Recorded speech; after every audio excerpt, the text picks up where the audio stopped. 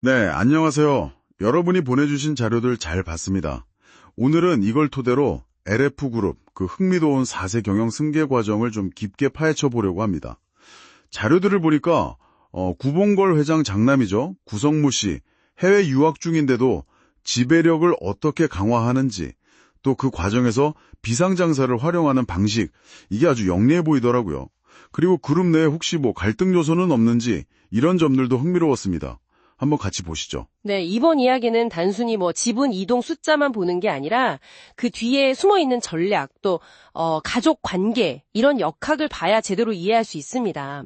특히 그 구성무 씨가 개인 지분도 있지만 고려 DNL이라는 회사 이 비상장사를 통해서 실질적인 지배력을 어떻게 확보하는지, 이게 전체 승계 구도에서 어떤 의미인지 이걸 좀 집중적으로 봐야 할 것 같아요. 네.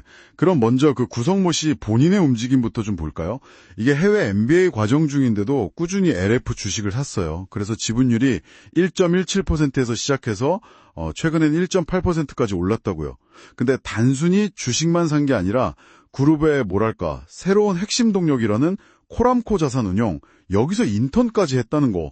이건 좀 의외 아닌가요? 패션 회사 후계자가 금융이라니. 바로 그 점이죠. LF그룹이 인수한 코람코 자산신탁, 그리고 그 자회사 코람코 자산운용, 여기가 이제 그룹에서 아주 중요한 수익원이 됐거든요. 실제로 패션 사업이 좀 주춤했을 때 실적을 여기서 끌어올렸고요. 그러니까 구성무 씨가 여기서 경험을 쌓는다는 건 그냥 이력서 한 줄 채우기가 아니에요. 그룹의 미래 먹거리를 직접 파악하고 경영 능력을 키우려는 그런 전략적인 선택으로 봐야 합니다. 아버지나 할머니한테 주식 증여받은 거랑 같은 맥락에서 봐야죠. 아주 체계적인 준비 과정인 거죠. 그렇군요. 전략적인 거다. 근데 자료 보니까 구성모 씨의 진짜 영향력은 그 개인 지분 1.8% 이걸 훨씬 넘어선다고요. 그 고려 DNL이라는 회사 때문이라는데 이게 핵심인가 보네요. 네, 맞습니다. 이 고려 DNL이 승계 전략의 정말 핵심, 린치핀이라고 할 수 있겠네요. 구성모 씨가 이 회사 지분을 91.58% 가지고 있어요. 거의 다죠.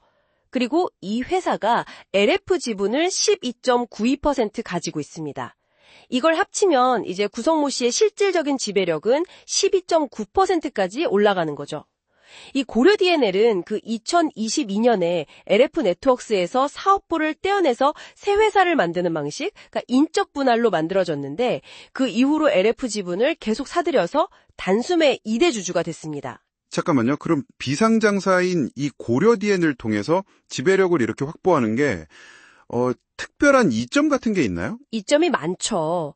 일단 비상장사는 상장사랑 다르게 공시 의무가 좀 적고요. 주식가치 평가 방식도 상대적으로 좀 유연해요. 그래서 증여나 상속할 때 세금 부담을 줄이는 데 유리할 수 있다는 점. 근데 더 중요한 건 아버지 구봉걸 회장 입장에서는요. 지분이 19.12%죠. 이 구조를 통해서 동생들, 그러니까 구본순 씨 8.55%, 구본진 씨 5.84%, 합치면 14.39%거든요.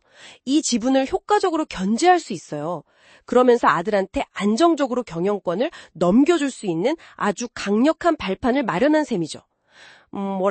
본진 옆에 아주 튼튼한 지원 기지를 딱 만든 거예요.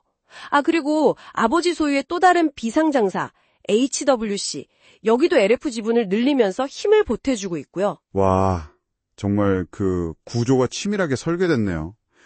그런데 이렇게 다 순조롭게만 보이는 건 아니고 과거에 좀 잡음이 있었다면서요? 삼촌들하고 갈등이요? 네, 그게 좀 있었죠. 구본걸 회장하고 동생들 사이에 갈등요. 특히 동생들이 운영하던 LF 네트워크스의 핵심 사업이었는데 연매출이 한 1,000억 원 정도 됐거든요. 닥스키즈, 헤지스키즈 같은 아동복 브랜드 라이센스. 이걸 LF 본사에서 회수하면서 갈등이 확 불거졌었죠. 심지어 국회에 진정서까지 내고 그랬으니까요.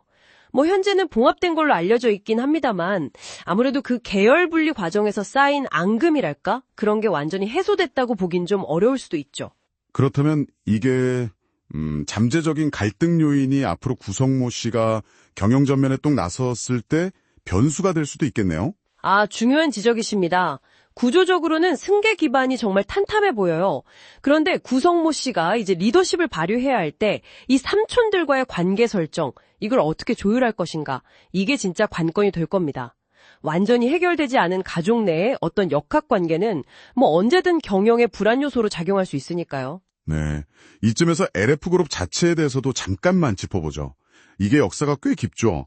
1953년 라키 산업으로 시작해서 반도 패션, LG 패션을 거쳐서 2014년에 Life in Future, 미래 속의 삶이란 뜻의 LF로 사명을 바꾸었고요. 닥스, 헤지스 같은 유명 브랜드들 가지고 있고 연매출 2조 원을 바라보는 아주 탄탄한 기업입니다. 이런 큰 그림 속에서 이제 4세 승계가 진행되는 거군요. 맞습니다. 그리고 구성모 씨 여동생 구민정 씨도 지분을 1.15%까지 늘리면서 존재감을 좀 보이긴 했어요. 하지만 역시 승계구도의 핵심, 그 고려 DNA를 구성모 씨가 확고하게 장악하고 있기 때문에 현재로서는 뭐 구성모 씨 중심의 승계는 상당히 안정적인 궤도에 올랐다. 이렇게 평가할 수 있습니다. 자, 그럼 정리를 한번 해볼까요? LF그룹의 4세 경영 승계. 이건 구성모 씨가 해외 유학 중이라는 상황에도 불구하고 개인 지분 확보는 물론이고 특히 고려 DNL, HWC 같은 비상장사를 활용해서 아주 영리하고 또 체계적으로 순조롭게 진행하고 있는 모습이네요. 그렇죠. 구조적인 준비는 뭐 상당히 잘 되어 있다고 봐야죠. 이제 시장의 관심은 만 32살의 젊은 경영인이잖아요. 학원 마치고 돌아와서 실제 경영 무대에 섰을 때 과연 어떤 리더십을 보여줄 것인가, 여기에 집중될 겁니다. 특히 아까 이야기 나왔던 겉으로는 봉합된 듯 보이지만 그 가족 간의 미묘한 긴장 관계, 이걸 어떻게 관리하고 그룹 전체의 시너지를 이끌어낼 수 있을지. 맞습니다. 잘 짜인 그 승계 구조라는 하드웨어가 있는데 결국 그 위에 사람의 문제, 그러니까 관계와 리더십이라는 소프트웨어를 어떻게 성공적으로 올릴 것인가. 그리고 LF그룹 이름처럼 그가 그려나갈 미래 속 삶, Life in Future는 과연 어떤 모습일지, 이걸 지켜보는 게 앞으로 정말 흥미로운 관전 포인트가 될 것 같습니다. 여러분은 이 상황 어떻게 보고 계신가요? 이 질문을 한번 던져보면서 오늘 이야기는 여기서 마무리하겠습니다.